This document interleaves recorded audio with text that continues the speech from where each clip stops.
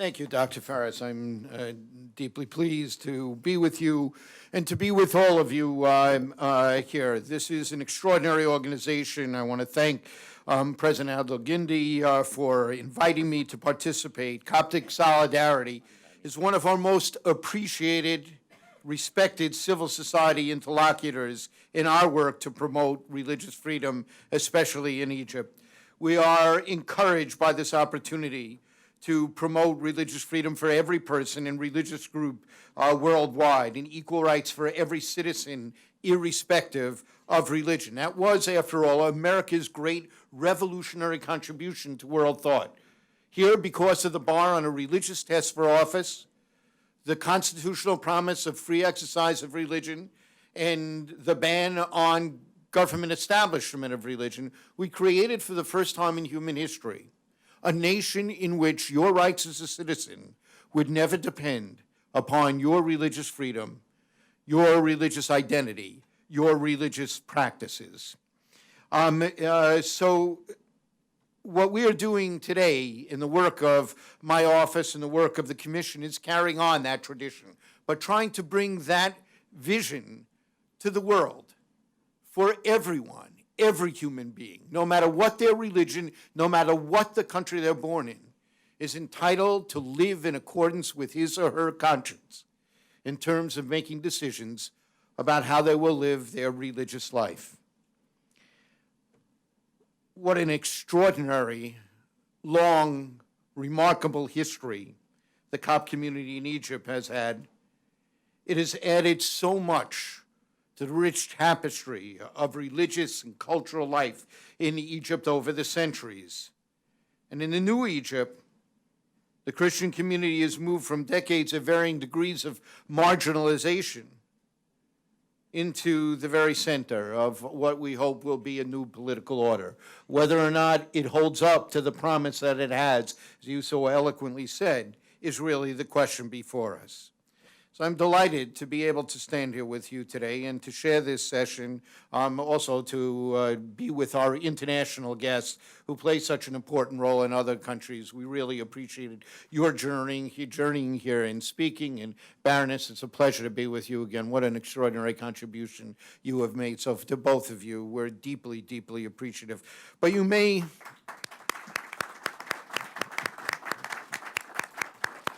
sense a mutual admiration and affection society with Dr. Lantos Sweat, my dear friend and colleague, who has over this past year chaired the U.S. Commission on International Religious Freedom so well, and we've worked together so closely. It is difficult for me to convey, although you have a sense of it, having listened to her, what an eloquent and effective champion she has been. I, too, was blessed to know her father, and I know how proud he would be of what she has accomplished here. And if you've never met her mother, let me tell you, she herself is a force of nature. Tom and Lantos were two of the extraordinary figures over the last 30 years in this town. So I'm going to focus, as I understand the general charge was, but since Katrina spoke so eloquently about the Coptic community, let me focus on the non-Coptic Middle East communities and what their future has, because I understood that to be the main charge that I face here. Although religious minority migration from the Middle East is a sad phenomenon for which we were all too familiar, the specter of the acute threat to their continued existence in Iraq and Syria and other countries stems from an exponential increase in risk from violent extremist group, most of all the organization known as the Islamic State of Iraq and the Levant, ISIL or Daesh. The sustained horror being meted out by ISIL against Christians and all groups at variance with ISIL's ideology has contributed to massive displacement of entire communities.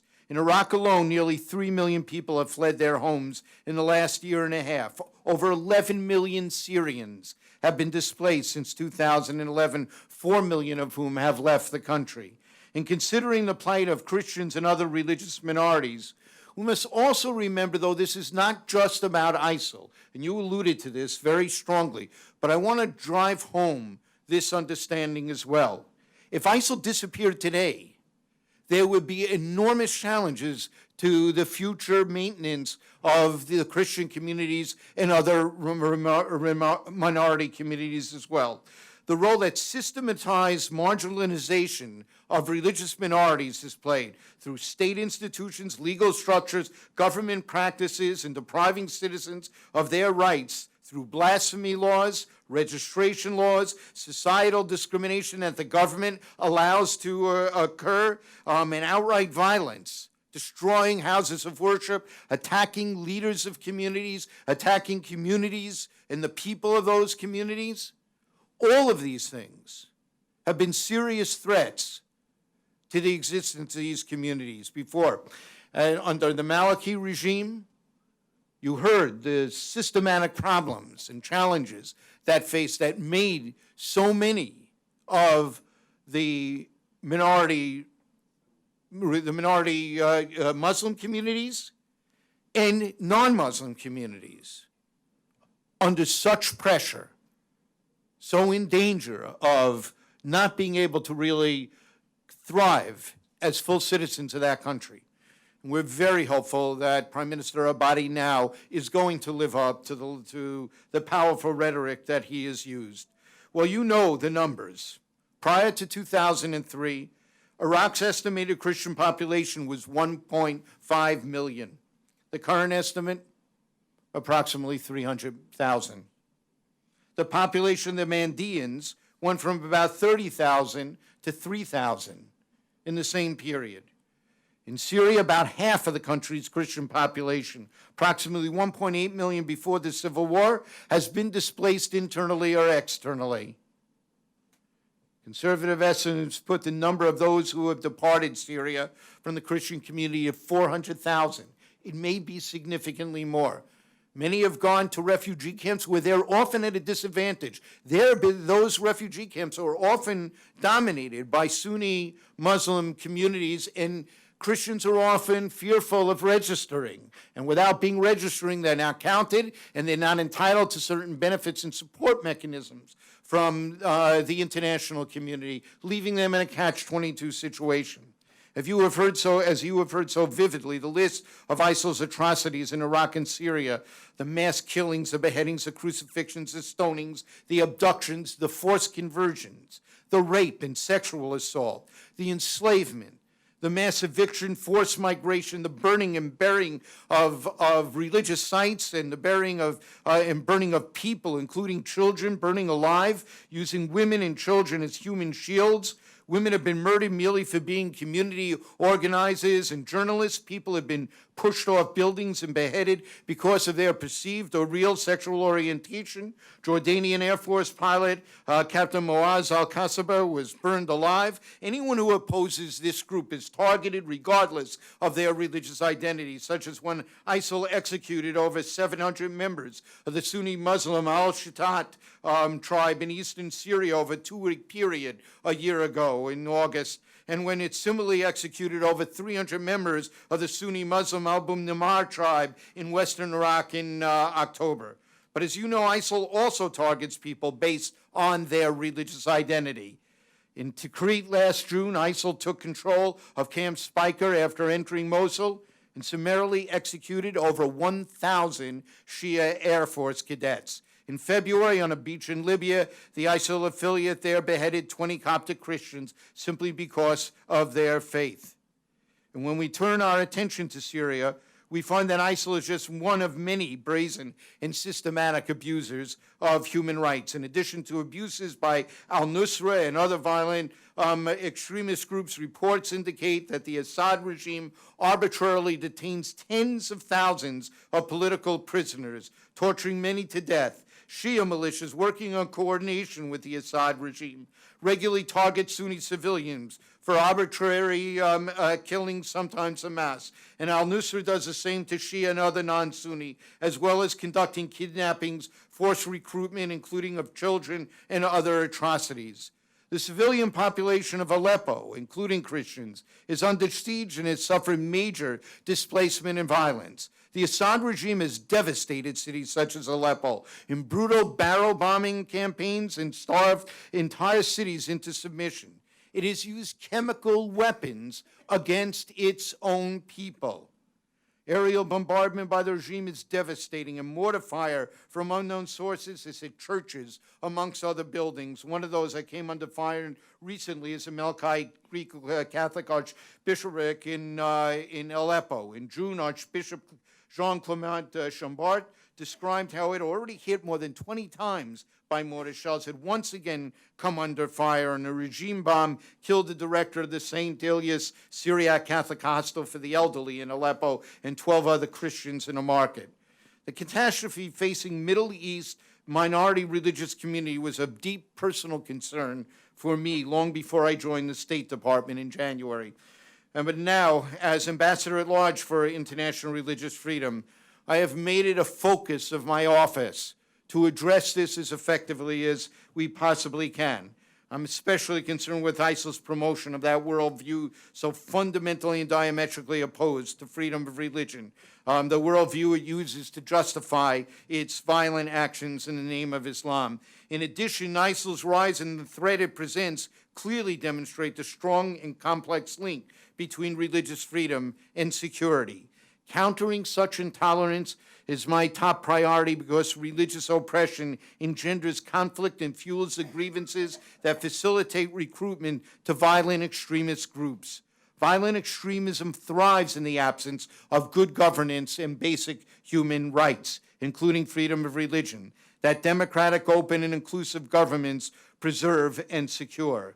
As President Obama said at the recent White House summit on countering violent extremism, when governments oppress their people, deny human rights, stifle dissent, or marginalize ethnic or religious groups, or favor certain religious groups over others, it sows the seeds of extremism and violence.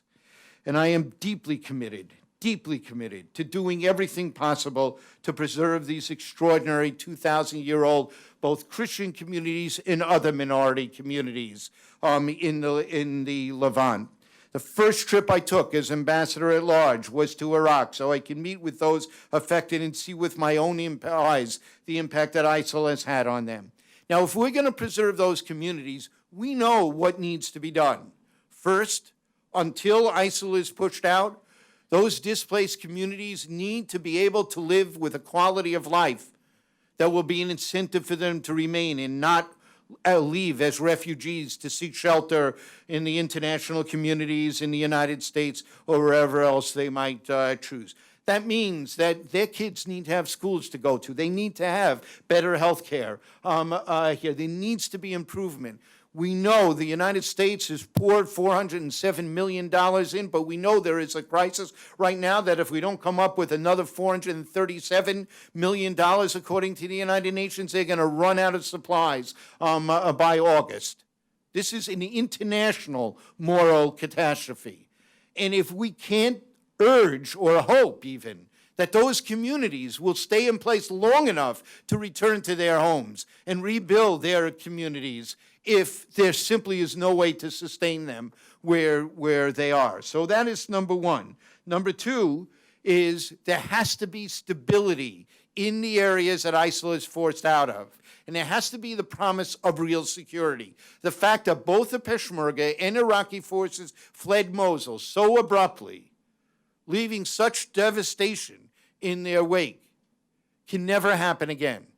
That means there have to be defense forces involving all the minority groups. They have to be integrated with the Peshmerga. They have to have some governance over how those groups will function. And it has to be general stability in the region. Now, this is something where the United States has actually engaged the 60-member coalition of countries to actually begin now, not then when that happens, but now to begin to plan how these things will happen. And that is vitally important. And we've encouraged the Iraqi parliament to move ahead with its proposed plan of some kind of national guard that could integrate these local defense forces from all the different communities that are involved.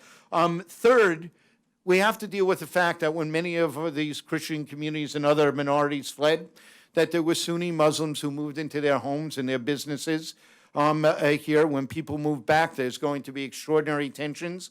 It is not possible for the normal court system to really handle all of this. There needs to be plans on transitional justice of how this is going to be dealt with. When we met with the Chief Justice of the Supreme Court, we dealt with this issue. The United Nations is actually focused on this and has some interesting plans that it is trying to prepare for in this area. Fourth, we know that, to go back to the core point, that it isn't just ISIL. If the minorities remain shut out of governance in their own country, they are not going to stay.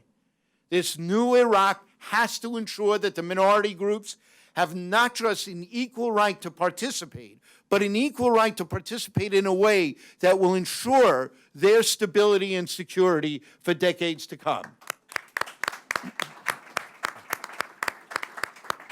And finally, these homes in which many of these minority communities were modestly well off, this whole region in the Nineveh Plain has been devastated. There has to be plans for economic revival of this area if those communities are going to stay. What a daunting agenda. But we know what it is. And the United States has been moving and encouraging the international community and the Iraqi government, in cooperation with the Kurdish authorities, to begin to plan for all of these things now. And that is a central challenge that we face if we're going to succeed in maintaining these communities. For Syria, our goal is to enable the Syrian people to reach a solution that fulfills Syrian aspirations for freedom and dignity, free from Assad and ISIL. Our more specific aims are to alleviate the suffering of the Syrian people, advance conditions to foster a negotiated political transition, and help Syrians lay the foundation for a free, democratic, and pluralistic future. Now, we know, again, those are the contextual things that Katrina talked about. But in the meantime, there are other pieces of what we're doing. Let me just say a word about the specific role of my office in terms of protection of some of these minority communities. When the Yazidi crisis happened, 9/10 of the world, no, that's probably 99 100ths of the world, 999 1,000ths of the world had never heard of Yazidis before last summer. Even here in the United States, the president saw what was happening and made a decision. We cannot allow a potential genocide to happen. The ISIL said, we're going to wipe out this pagan community. They were explicit about it. And the president intervened. In those first few days, it was the extraordinary context. I'd just been nominated, and I was for the first time in meetings where all of this was going on. The extraordinary context developed by the International Religious Freedom Office, contacts with the Yazidi community and other minority communities, both the diaspora communities and people on the ground in those countries played a vital role in providing information and connections for our military planners and our intelligence components in the government that made all the difference in those first few days. Or take what happened with the Assyrian Christians in the north of the Church of the East and the other Assyrian Christian groups who were attacked on the Khabur River area by ISIL. Here, again, our ability to have people, both in the diaspora communities whose leaders we have constantly brought to Washington to meet with experts in the White House, in the intelligence community, and in the State Department, and our relations and contacts on the ground, help provide crucial information to supplement the other information sources that have been developed. So we really were able to make a difference there. Now, because of the fact that our bombing runs have been so extensive there, the combined Christian militias there and the Syrian Kurdish militias have pushed ISIL out of the areas north of the river, across the river, and on the far side of the river, with almost all the area that they had taken now being retaken by the combined forces. They specifically, in writing, have attributed that to the coalition bombing runs, allowing them to have the maneuverability to work. So our relations with the minority communities here, our government's relations with the minority communities here, played an indispensable role in making the kind of progress that we can hope for. And once ISIL is out of those areas, we can work with those communities to build the kind of support network and stability that can maintain them in place, hopefully for the indefinite future. So we are resolved to see an end to ISIL's crimes. We are committed to the important work of helping protect Middle East Christians and members of other vulnerable religious and ethnic communities in the regions, and to help the survivor of ISIL's community. I become all the more convinced that the promotion of religious freedom is not just important for its own sake, but is indispensable for the security, stability, the ability to counter violent extremism, for conflict resolution here and abroad. Ensuring respect for religious freedom and all human rights is not just a moral and ethical mandate, but a national security one as well, for us, for all nations. So I thank you for your work that you do in this organization, for your cooperation and help to us. I thank you for that on behalf of all the Christian communities you help, all of the religious communities you've helped. You're making a difference for justice and for freedom, and God bless you in that work.